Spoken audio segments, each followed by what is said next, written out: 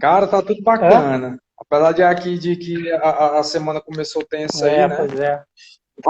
Vai indo tudo bem, vai indo tudo bem. Eu produzi algumas coisas aí, porque eu tô dando mais prioridade a escrever umas coisas mais inéditas. Ah, bacana, Eu tô deixando assim um pouco mais o meu trabalho ali, eu escrevi assim, um pouco de lado, bacana.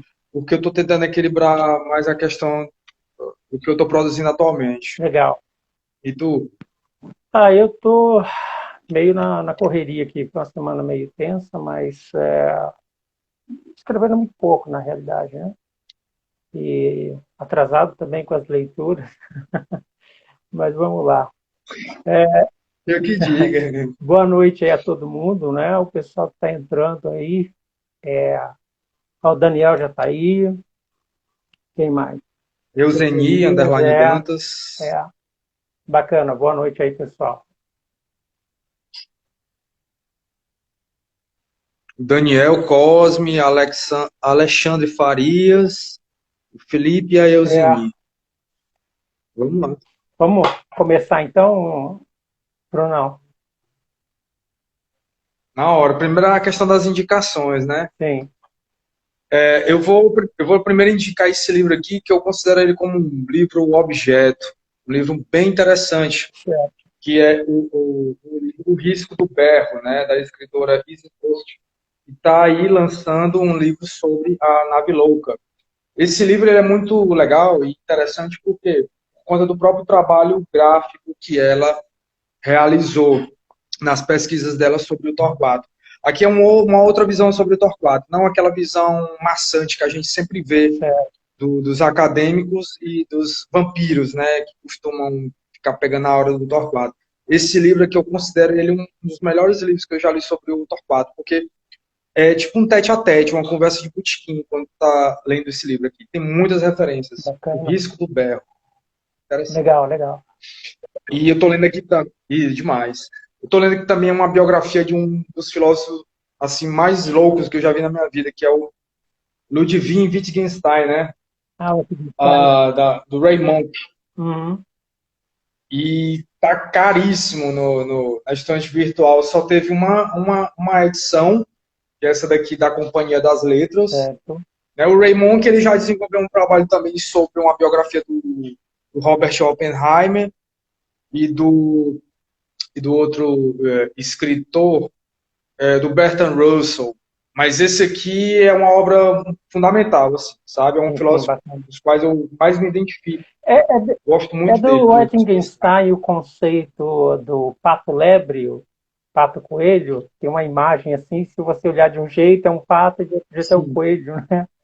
Eu acho que é dele. Sim, sim, é uma questão da questão da lógica, do trabalho de lógica e de Sim, linguagem, né? Que sim, ele criava essas tramas do conhecimento interessante. bacana. E eu vou indicar também aqui a biografia muito interessante Do também do Warhol. Andy Warhol. Uhum. Essa aqui também gosto muito dela também, que é o Gênio do Pop.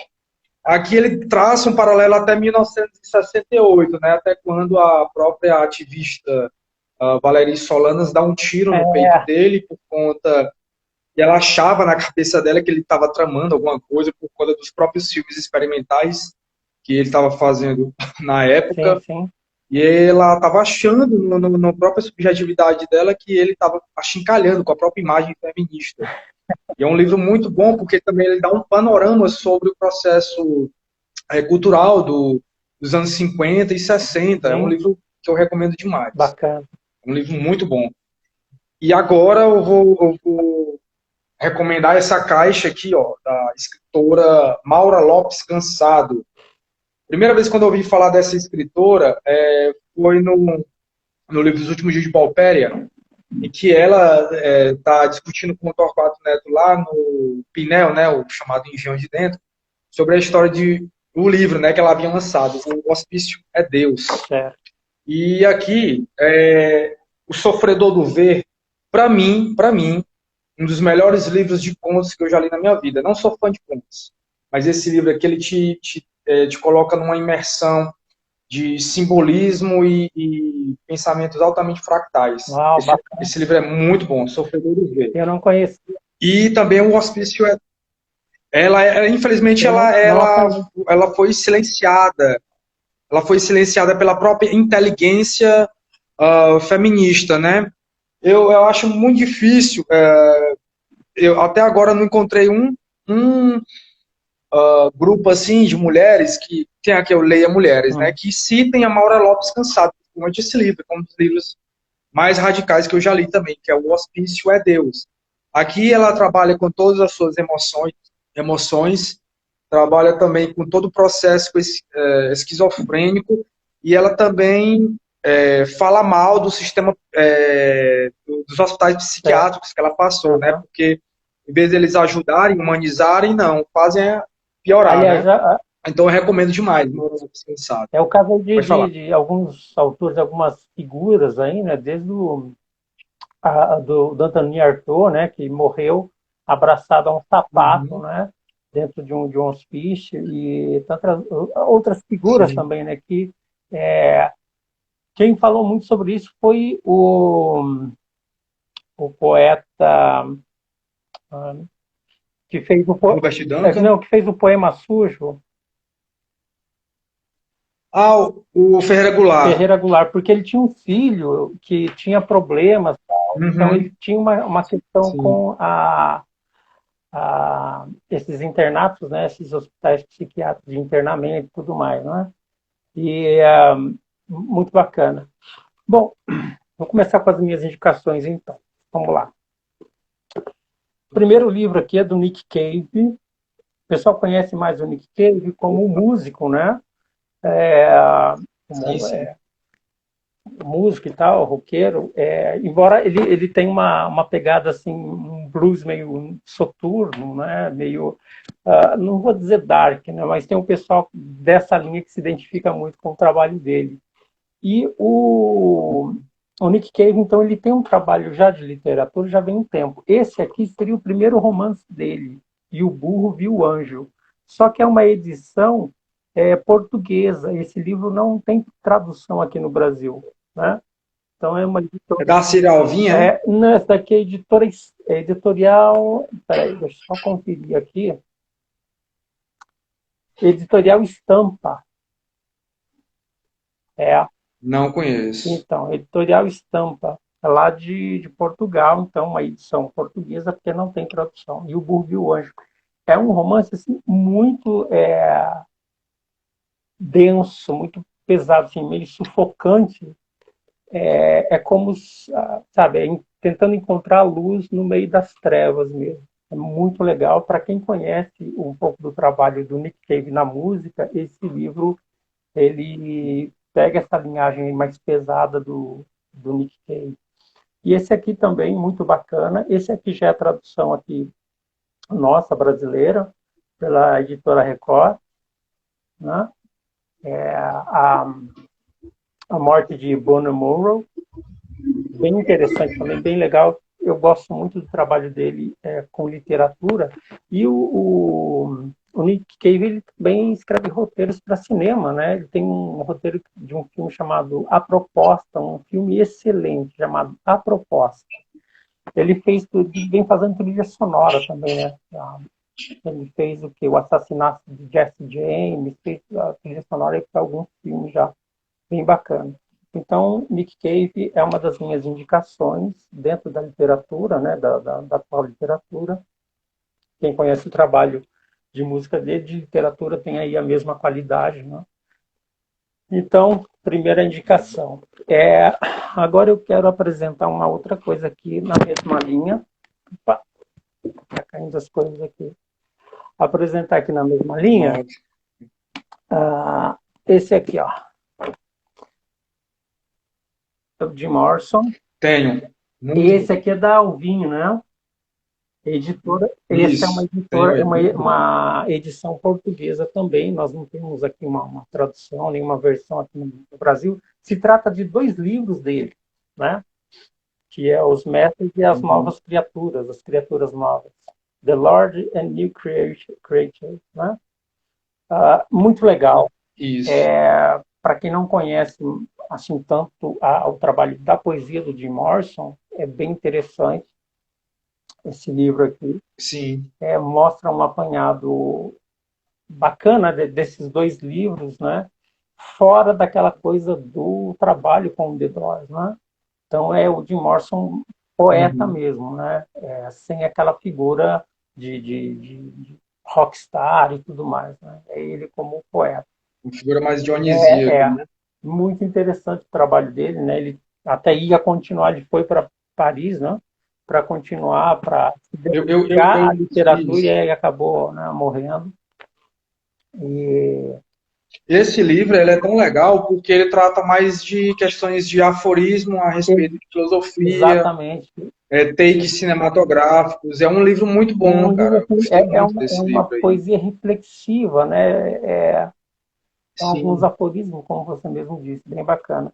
Só aproveitando aqui, esse Por Ele Mesmo, eu gosto muito dessa coleção Por Ele Mesmo.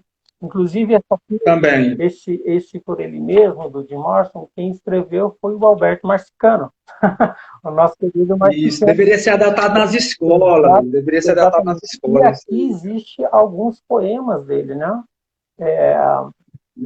Do Jim Morrison, são poemas que foram adaptados para o The Doors, né? Que foram musicados e tal, trabalhados em cima da música. Eu estou trazendo isso pelo seguinte, até uma coisa que eu quero conversar com você e com todo mundo que está aqui na live, sobre a relação da poesia com a música, os limites, né, daquilo que a gente pode chamar de poesia propriamente dita, de poema e de letra de música. Né? Existe aí uma diferença. Só que é uma diferença muito sutil, é difícil de você, entendeu? É, colocar isso como Uhum. uma coisa e aquilo como outra. Né? Então, eu estou trazendo essa relação da literatura com a música também por conta disso. Bom, continuando, vamos lá. Esse aqui, Lou Reed, a Muito bom, tradução do também povo. recomendo. Inclusive, a tradução aqui é da Christian Schwartz e do Caetano Caetano Galindo, Galindo, né? né? O pessoal conhece mais o Caetano Galindo como tradutor da obra joyciana, né? A obra aí de James Joyce, Ulisses, entre outras obras. E ele faz parte da tradução desse aqui. Esse aqui é um apanhado geral de letras do Lou Reed, desde a época do Velvet Underground até o último trabalho dele, né? Passando pelos álbuns como The Haven, que é um álbum muito conceitual. Aliás, o Lou Reed ele sempre foi muito conceitual. E esse álbum, The Haven, Sim. ele calcado na obra do Edgar Allan Poe, né, O Corvo.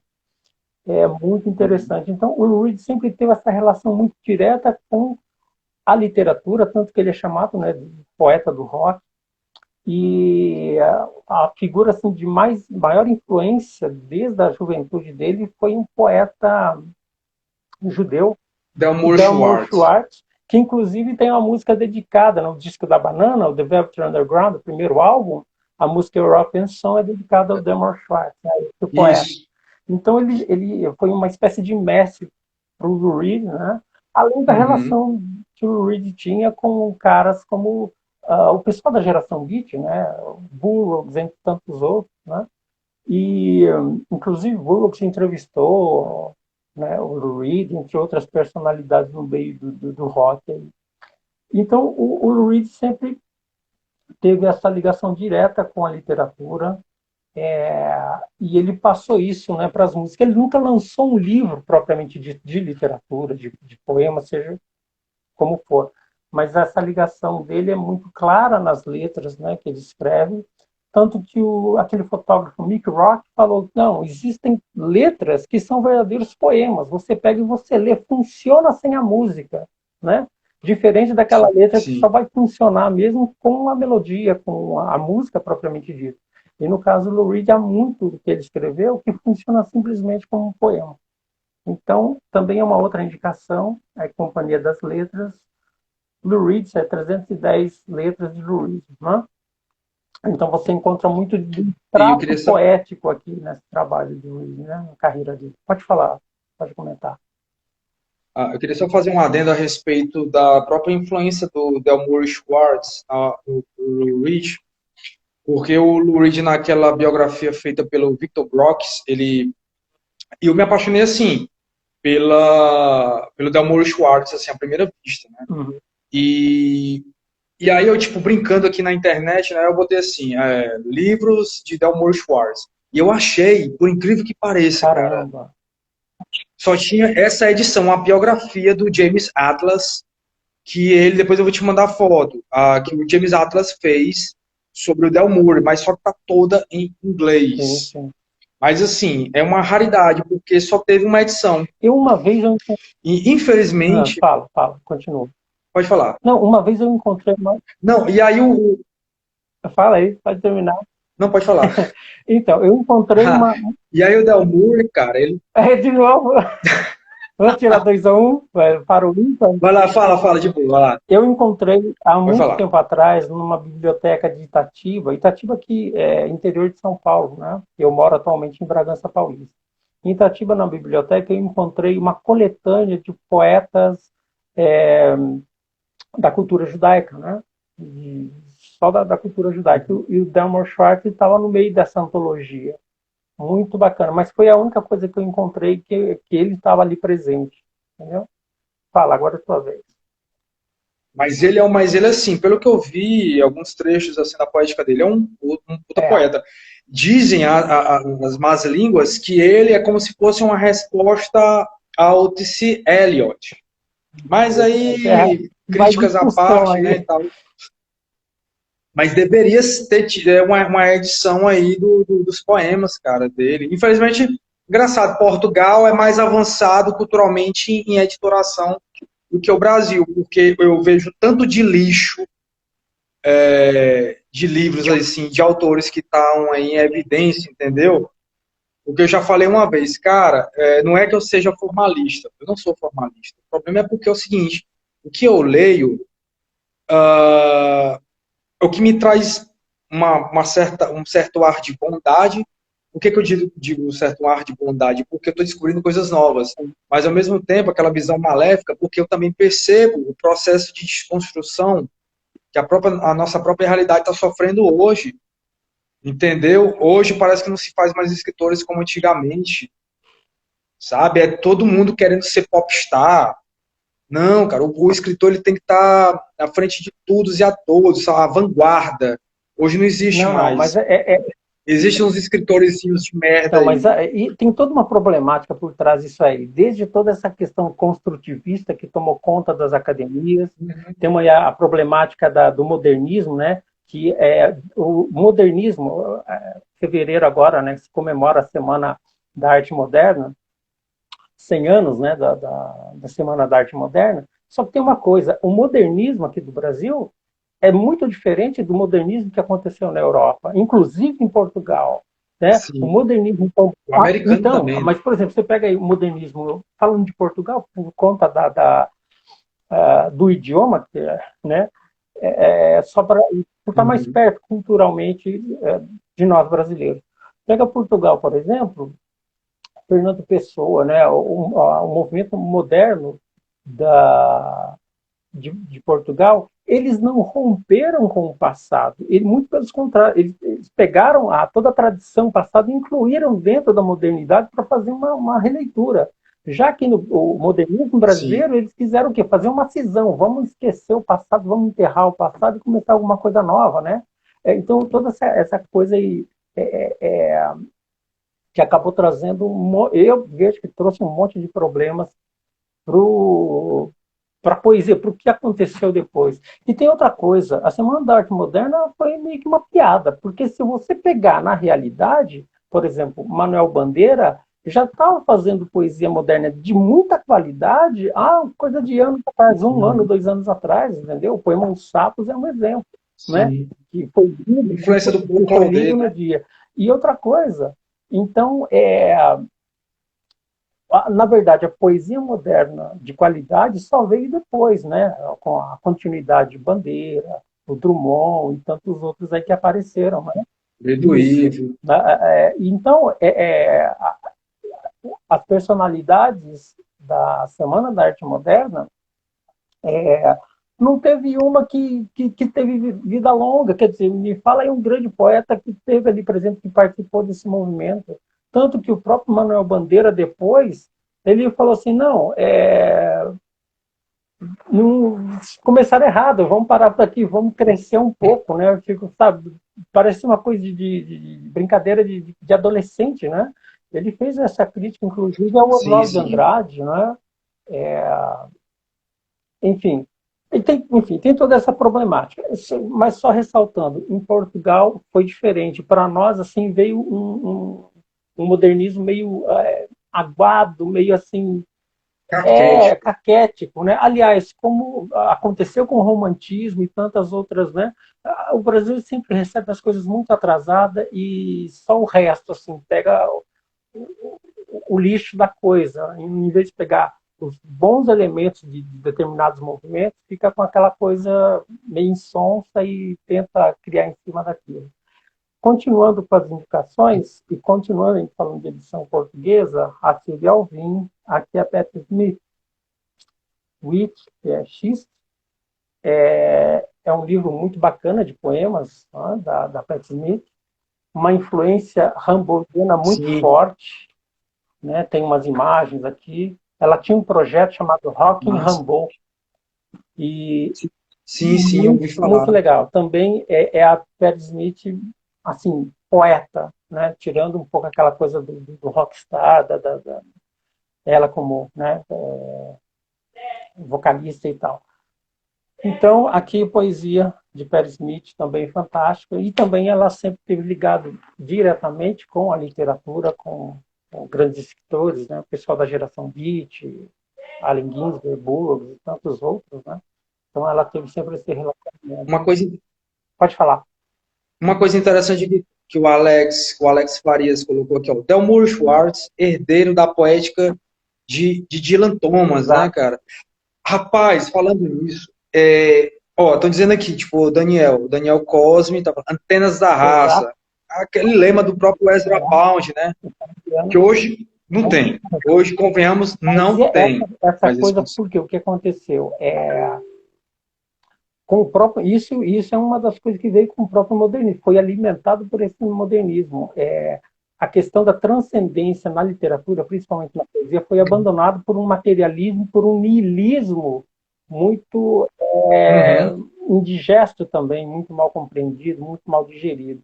Então, essas concepções mais transcendentais acabaram ficando de fora, e a poesia passou a ser vista apenas como aquela questão da linguagem como símbolo propriamente dita o conteúdo sempre muito niilista ou muito negativista, enfim, é uma coisa muito materialista dentro da literatura e da poesia. Então se perdeu muito com isso. Para finalizar, uma antologia bacana aqui do Vinícius de Moraes. Tenho Vinícius de também. Moraes, Muito que boa. inclusive muito elogiado pelo próprio Manuel Bandeira, né? O Vinícius foi um grande versificador, né, um fazedor de versos, segundo Bandeira, Uhum. e é uma coisa que eu sempre falo do Vinícius. O Vinícius tinha tudo para ser assim, talvez o maior poeta brasileiro. Só que ele acabou se associando à bossa nova e ele não teve nada em troca. Na verdade, ele estacionou ali. A música popular brasileira ganhou muito com a entrada do Vinícius, né, nesse panorama musical. Porém, Uhum. o Vinícius não ganhou nada em troca. E o João Cabral de Melo Neto já tinha falado para ele, né? Eu pegava no pé dele assim, larga essa coisa de bossa nova, né? Você tem tudo para ser o maior poeta, né, aqui do Brasil. Só que ele tipo, não, isso dói muito a minha cabeça, tal. Eu quero curtir, sabe? O Vinícius era mais da curtição, ele queria estar no meio da festa, né? Ele gostava muito disso. E ele não gostava muito daquela posição do João Cabral de Melo Neto, né, daquele poeta centrado, sério com o fazer poético e tudo mais. Mas o Vinícius ele está entre os grandes poetas, né?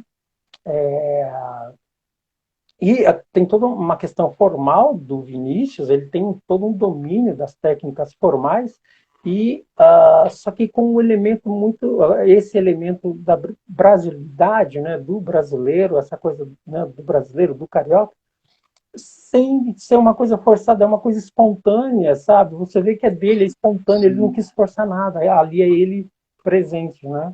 Então, o Vinícius, para mim, é um puta de um poeta, né? E eu só acho realmente, eu penso que ele só não foi maior porque ele se estacionou com a Bossa Nova e ficou no que ficou, né?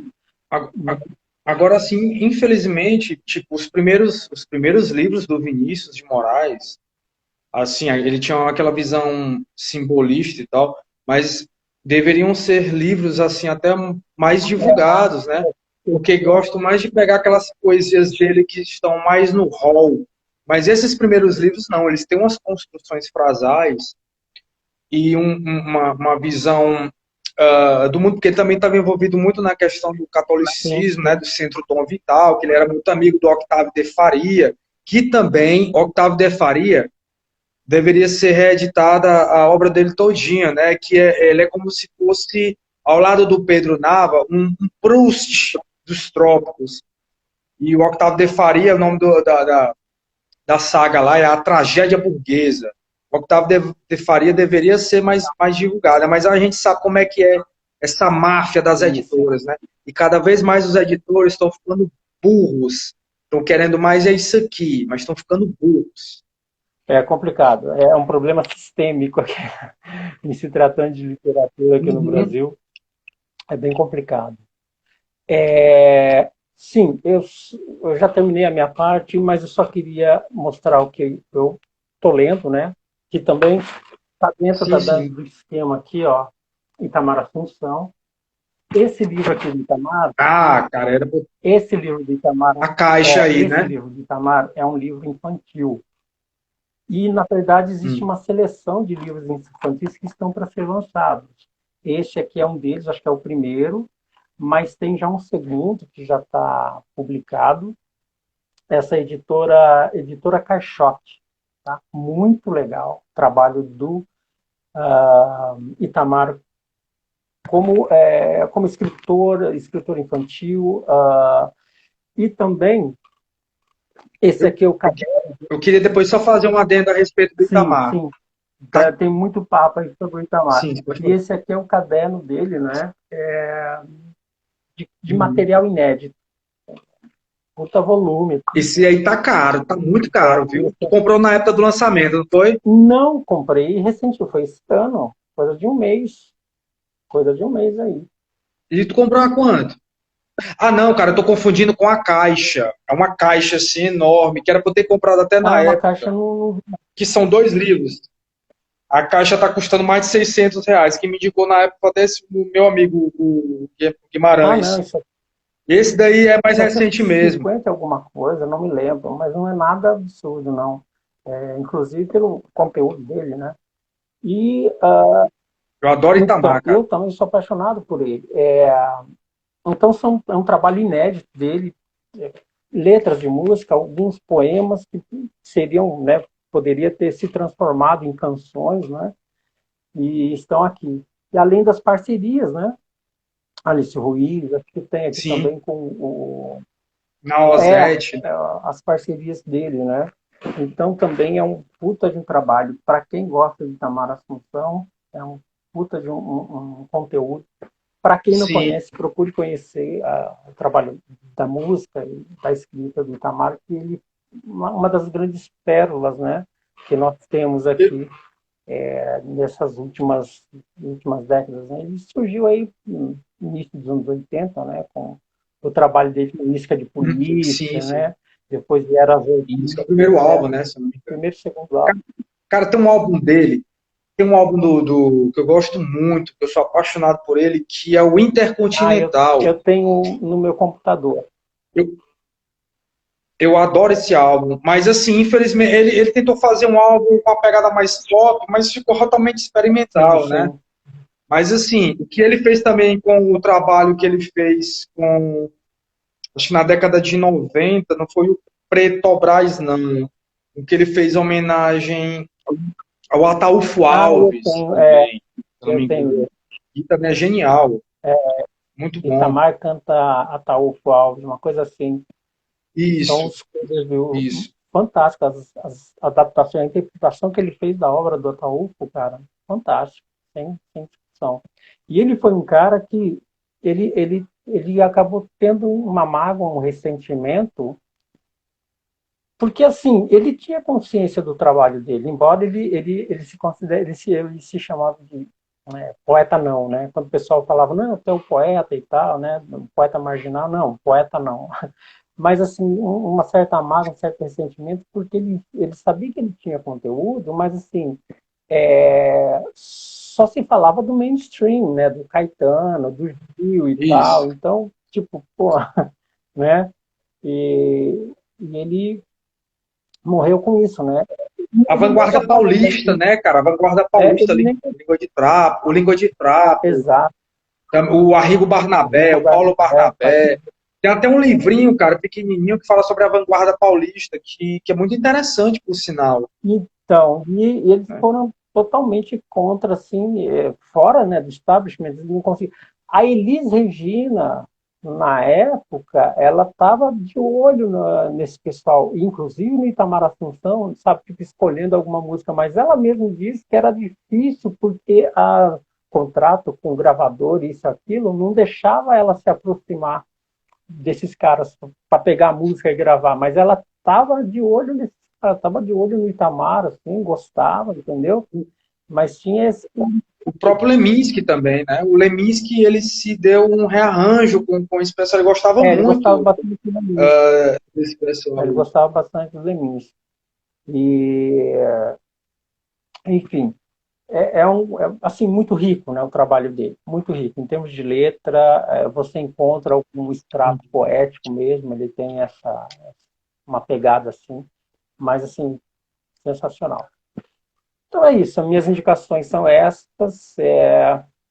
Eu queria colocar justamente isso, essa relação da música com a literatura ou propriamente com a poesia, né? Como você vê isso aí? Por exemplo, se você pega caras aí como Cazuza, Renato Russo, o Raul Seixas, ou então se você pega o pessoal aí dos Secos e Molhados, que chegou a musicar muitos poemas, poemas do Vinícius, acho que do Fernando, do Manuel Bandeira e tantos outros, né? Uhum. Tinha essa pegada poética muito forte que, assim, deixou de existir há muito tempo, né? E o que você vê como disso tudo, dessa relação? Essa questão, eu acho que um dos primeiros livros que eu havia lido sobre essa história de letras, poesia, aquela coisa toda, foi de um crítico todo que eu estou tentando aqui me lembrar, que ele tem assim um pouquinho da fala mansa. Não sei se foi o Luiz Tati ou foi outro cara, estou tentando aqui me lembrar. Mas ele fazia esse paralelo, né? Existe muita gente considera o Renato poeta, o Cazuza poeta, eu gosto muito, não vou mentir não, eu gosto muito das composições do Marcelo Nova, entendeu? Mas ali tem uma carga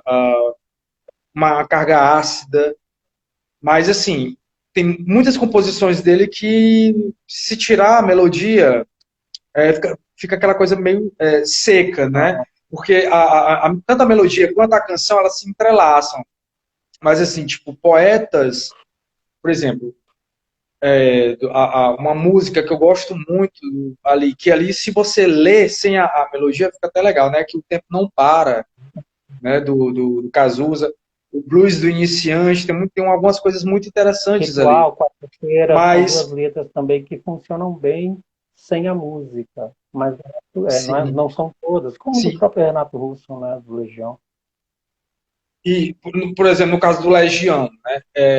Por exemplo, tem uma música que os caras fizeram, acho que em 89, das quatro estações, que é Feedback Song for a Dying Friend. Canção de amor do amigo à morte. Porque ele queria fazer o seguinte, como o Renato na época estava ligado muito em literatura homoerótica, ele fez essa letra em homenagem ao Cazuza. Mas se você vê a letra, só funciona realmente com a música, né? Porque ali tem ah, algumas visões muito shakespearianas que ali é só mesmo o cara lendo. Quando se tirar a melodia, fica uma coisa muito Sim, seca, sim. né? tipo, 1965, Duas Tribos e Sim. tal.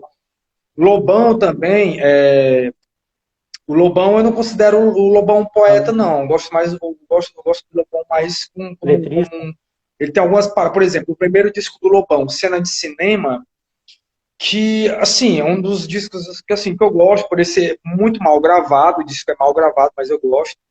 Também o segundo, mas só que o Lobão já, por exemplo, o Lobão, acho que uma das letras, assim, que o Lobão conseguiu dar uma tonalidade mais poética mesmo, foi que ele pegou, além da própria visão dele, poética, mas também ele pegou uma parada que remete muito ao Gerard de Nerval, que é El Desdichado, né? Que é assim, um puta de um poema interessante, né? E o Lobão ali ele dá uma dramaticidade, um niilismo a, a aquela composição que eu vejo como uma poética mais contundente, cara. Eu, eu, E aí eu queria só pode falar então, agora. eu acho que dá para definir o que é poema, o que é letra de música, justamente aí. O poema é aquilo que funciona sem a música, porque ele tem a sua música própria, né? Ele tem a sua Uhum. poética, o seu teor ali, que ele não necessita da música externa, né? De uma muleta. Agora, eu acho que no rock brasileiro, né, nós tivemos excelentes letristas.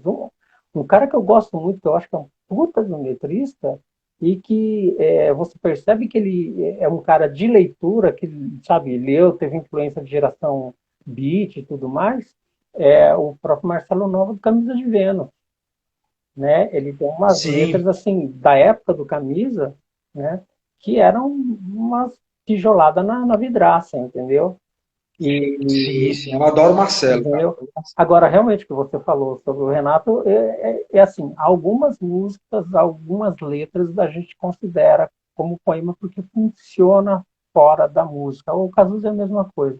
Mas eu ainda acho que o Cazuza tem alguma coisa a mais de Tem. poético do que O Renato era ruim. muito sofisticado para a época, e às vezes isso até tornava chato. Por exemplo, uma das coisas mais abomináveis, por exemplo, eu vou dizer bem que agora, o Raul, tem composições do Raul ali que não. Agora tem uma coisa interessante aqui, falando, ó, sonho que se sonha só, mas é só um sonho que se sonha só. Mas sonho que se sonha junto é realidade. Não precisa da melodia, Não, entendeu?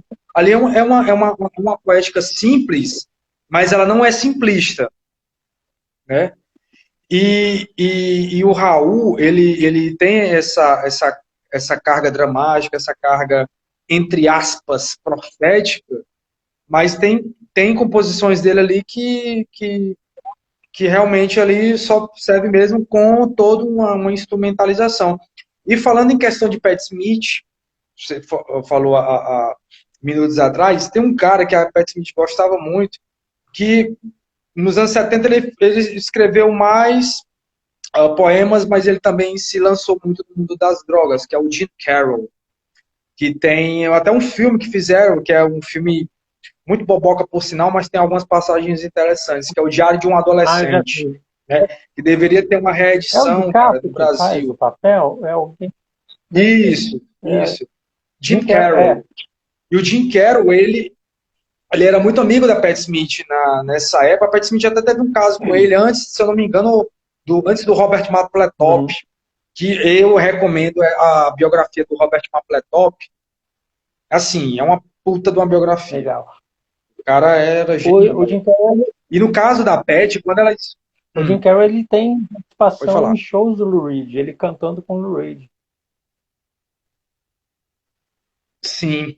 Por exemplo, European Sun, que é a última faixa do disco da Banana. Primeiro começa com aquela coisa monocórdica do baixo. Dum, dum, dum, dum, dum, dum, dum, dum, dum. Aí a guitarra do John Cale. Não, John Cale não, do Stellan Morrison. Aí, In the European Sun. Aí você vê que tem uma carga estranhíssima, né? Você vê que há uma ambientação musical ali sim, eu vejo como uma faixa de encerramento, assim, de um período. Aquela é uma faixa altamente sombria. Falando, o Velvet era. Porra, você tem aí o John Cale, que era um erudito, cara. Ele tocou com. Uhum. Lamont Young, né? Tinha o Dreamer Theater, Ótimo, né? ótimo compositor. O Muito Sterling bom. Morrison O era formado em Fluxus. literatura, o próprio Reed tinha formação em letras e tudo mais. Então, quer dizer, não era um bando de gente boboca que não sabia o que estava fazendo, não sabia o que Não. falava. Então, os caras tinham formação literária e tinham experiência e anos de leitura, de escrita. Então, é muito material de qualidade dentro do trabalho. Não é como se fala, né, só barulho. Não, tem coisa ali e coisa de qualidade, né? Como o próprio dentro do Doors, né, como de Morrison, Leonard Cohen, o próprio Nick Drake, o Nick Sim. Drake, né, que faleceu assim, deixou o quê? 3 álbuns pra gente, mas pô, e tantos outros, né? Johnny Johnny Mitchell também, Mitchell. né? Então, sabe, tem muita coisa boa na música, no meio do rock, mas que tem muita qualidade literária, entendeu? Tem que parar um pouco com um certo preconceito e ver com esses olhos aí, com um olhar mais profundo e ver o que está por trás de tudo isso, né? Engraçado que você está falando que ele falar do Sponsor, por exemplo. O segundo álbum do Velvet, não é muito divulgado, mas ele é tão genial quanto o primeiro. Da mesma forma, o segundo do Doors, White Light, se eu White não me Light, engano. White Heat. O segundo do Doors Isso. também é Total. genial, com When the Music is Over, tem Moonlight Drive, né, que foi um poema Uhum. musicado e tal. Então, o segundo Doors também eu acho genial. Agora um cara, Horse Latitudes é, também, né? agora um cara que eu preciso conhecer os livros dele é o Leonard Cohen, né, que ele tem uma série de Sim. livros aí, tanto de poemas como de prosa, que eu preciso ir atrás. Mas se encontra muita coisa boa, cara. É, isso. Aí no segundo ponto que eu queria falar, tem um cara que eu descobri na revista, na falecida revista Bis, que me apresentou até foi essa matéria foi o Evaldo, em que fala lá do processo de spoken word, né? Que é a palavra falada, que era uma época ali dos anos 80 de um poeta chamado Stephen Jazz Bernstein, Hum, que ele falava umas coisas meio radiofônicas e tal. Eu até que eu achei legal, cara, mas infelizmente, assim, os livros dele ainda não são muito mal divulgados. Aqui no Brasil, eu só vi só essa matéria da Bis, infelizmente. Mas o Steven Jazz também é muito legal também. legal, bacana, bacana. E aí, o que mais quer acrescentar? A gente temos ainda alguns minutos aqui, acho que uns 10, 15 minutos. Eu queria. Leitura de Começa, poemas, né? começa aí, então, faz uma leitura para nós aí. Vamos lá. É sem título, eu só gosto de fazer sentido. É coisa recente? Um azul. E sim, recente, é recente. Legal. Um azul que queima. Assim, um azul que queima. Estações pretéritas. O verme que ilustra o declínio do fogo milenar. Meus braços intensos salientam um instante inseguro. Tudo isso, paro de me olhar no espelho molhado. Terminei. Legal, bacana. Eu quero que você repita a última frase, o último verso. Paro de me olhar no espelho molhado. Gostei da construção, gostei da imagem. Gostei da imagem. É porque praticamente essa última imagem ela reflete tudo que anteriormente o cara estava vendo tudo embaçado, né? E molhado Bem também. legal, bem legal. É a própria questão do conceito de Uhum. Matrix. É, por falar em Matrix, eu cheguei a escrever um poema chamado Concílio dos Pássaros. Eu acho que está no novo livro que eu estou para publicar aí. Eu ver se eu acho por Uhum. aqui. Mas, enfim. Ah, bom, tem mais alguma outra coisa para nós, até eu achar depois aí alguma coisa que eu não separei nada, cara. Manda. Cara, deixa eu ver aqui. Rápido. Peraí.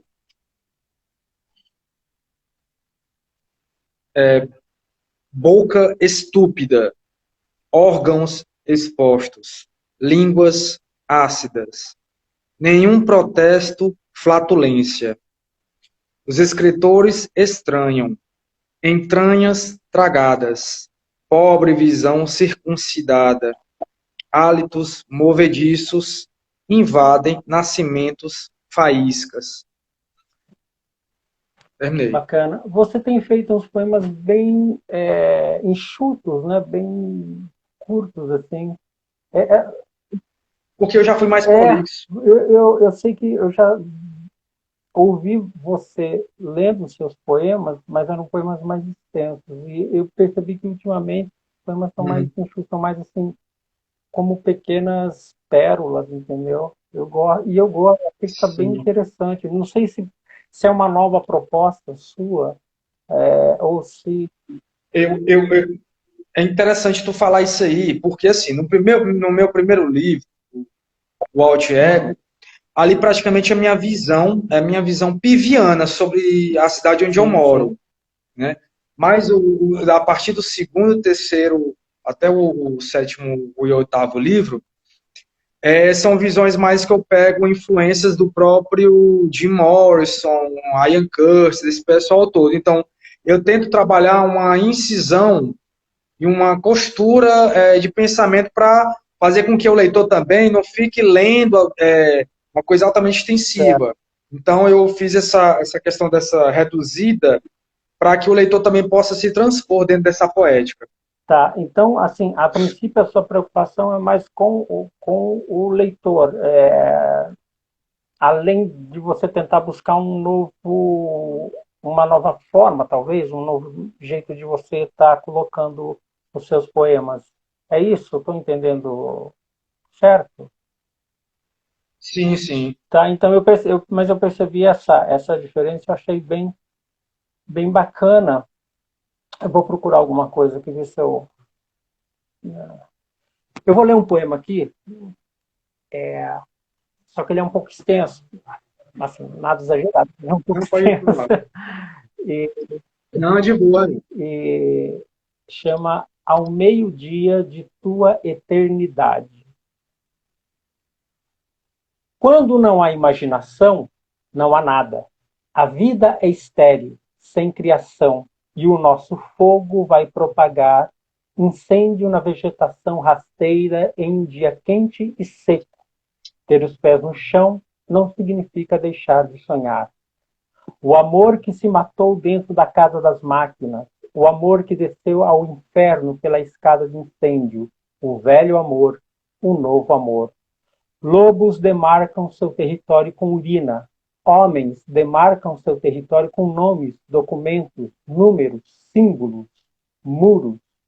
Lobisomens demarcam seu território com esperma. Por isso, lambuzei todo o seu corpo na primeira vez em que mergulhamos na primeira morte. E um anjo me perguntou: no que pensa quando faz amor? Faço amor e penso no surgimento da saga de Gilgamesh, nos poemas suspensos dos poetas pré-islâmicos bordados a ouro, nas técnicas de irrigação dos antigos maias, na obra A Love Supreme e na primeira Rosa de Sharon, no primeiro Raga do Anoitecer, na comédia de Dante e no Lúcifer de John Milton, no Ouro dos Tigres de Jorge Luiz Borges, na música Spirit Bird de Xavier Hood, em Itamar Assunção, o poeta não, suas letras, seu coração, suas orquídeas e seu câncer, nos vermes e parasitas existentes em nosso intestino, no primeiro homicídio, Caim e Abel iniciando o ciclo da história humana com sangue e assassinato, e no Calvário de Cristo, do sangue do crime transformado no sangue da redenção, que lava os erros do homem, de Caim até o último homicida. Faço amor e penso nos celtas e druidas, em São Patrício, na primeira vez em que o homem verbalizou o amor, no filhote de zebra sendo destroçado por uma família de hienas, na nebulosa do cisne, nos anéis de Saturno, em Eurídice Fontela e na pedra Olho de Pássaro. Penso em tudo isso e mais, nos poemas de Rumi e Kabir, no Louco de Khalil Gibran, nas cartas de Paulo aos Coríntios, em Ungarete, Montale e Quasímodo, no Bóson de Higgs, Penso no choro desesperado da mãe que vê o filho de 3 anos morrer nos seus braços na fila do SUS por falta de atendimento médico. Penso no poeta Arthur Rimbaud atravessando o deserto, contrabandeando armas para o rei Menelik e na sua amante etíope. Penso no poeta Al-Shamfara, expulso da sua tribo para viver com as tribos selvagens do deserto, com os irmãos leopardos, chacais e hienas, forasteiro e criminoso. Fala, poeta, me diz no que pensa quando faz amor. Faço amor e penso no cenário poético atual, nos modismos, na poesia broxante das redes sociais, na politização da poesia, pelos homens de geleias e mulheres imponderadas que se acham poetas e pessoas de bem, com suas ideologias de merda, com suas revoluçõezinhas de merda, democrática, politicamente correta. Então penso na antipoesia, ou na poesia como ato terrorista para separar o joio do trigo. Penso sobretudo em Anna Akhmatova, mãe, esposa, poeta injustiçada e mulher, de joelhos diante de Stalin, pedindo clemência para que ele, homem ou fera, libertasse seu filho da prisão e das torturas. Há 17 meses grito, clamando-te de volta para casa, já me atirei aos pés do teu carrasco, escreveu Ana em um poema. Quantas mulheres já não se humilharam de joelhos, quantas ainda não se humilham diante de carrascos, diante da ditadura do feminismo, da ditadura de atingir metas, a ditadura das minorias. É isso, então, a mulher livre? E se você constrói uma vida em cima de pequenas mentiras, um dia sua vida se tornará uma grande mentira. E o amor preferiu sofrer calado e morrer em silêncio por acreditar na invenção da modernidade e nas prisões do establishment progressista. O amor que pensou em tomar veneno de rato, mas desistiu no último instante. O amor que acordou do sono da ilusão depois que aprendeu a olhar as chagas de Cristo, as lágrimas da Virgem, e o anjo me perguntou novamente: Mateus, no que pensa quando faz amor? O velho amor, o novo amor. Faço amor e penso na crueldade dos homens, na ignorância que traz o sofrimento a todas as criaturas, e em como a vida se tornou fútil, e na estupidez doentia do homem moderno. Então penso e faço amor, e penso na primeira vez que São Francisco de Assis cantou: onde houver trevas, que eu leve a luz. E Maria Sabina, xamã, poeta mexicana que curava com a linguagem. E em Tiago de Melo, alvo cisne singrando as águas do Amazonas, que sem saber me ensinou a cantar no escuro. Penso em Alberto Marcicano, amigo e mestre citarista. Penso na minha morte, no dia em que meu corpo será despedaçado pelas presas e garras de um tigre intratável. Já bem velho na idade, quase não sentirei dor.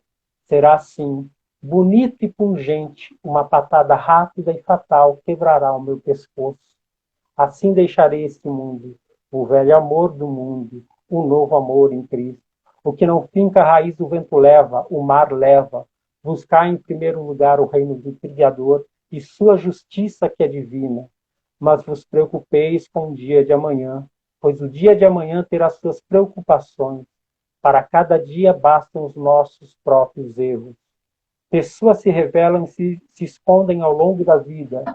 Hoje sou o cisne negro se masturbando na sua cama. Faço amor e penso em tudo que abarca o universo, no sagrado feminino, no sagrado masculino, no vazio, no nada absoluto. Tudo isso em uma fração de segundos e eternidades. E os sufis falam sobre polir o espelho da alma. Agora pergunto: o que você está fazendo para polir o espelho da sua alma? Esse é o lance de dados sobre o abismo da Kali Yuga para alcançar a iluminação. Antes do amor vem a responsabilidade, mas o amor me fez compreender, diante da minha miséria e da miséria de todos os homens, que o orgasmo da mulher é a alegria de Deus. É isso. É uma elegia aí, né? É uma pequena, uma microelegia. Essa microelegia que tu leu aí é o novo livro, né? Novo livro. Mas eu tenho uma versão dela mais antiga. É porque algumas imagens dela aí me remeteram muito também ao próprio Dylan Thomas também, né? Dylan Thomas, tá aí um cara que eu gosto muito. Tem umas nuances aí também. O próprio também St. John Perse Sim, também, né? sim, sim. E acaba sendo um apelo a uma poesia, aquela questão da transcendência e da poesia mais mística e mítica, tanto dos sufis como dentro do cristianismo, né, São João da Cruz, ou dentro do xamanismo com a Maria Sabina. Então tem toda essa questão da poética como linguagem transcendente, né? E aí a gente cai naquela coisa Uhum. do pound, né, da antena da rádio. Sim, sim. Gostei, cara. Gostei, gostei. Gostei muito. Considerações Bom, finais? agradecendo aí a todo mundo que esteve presente, participando aí da live.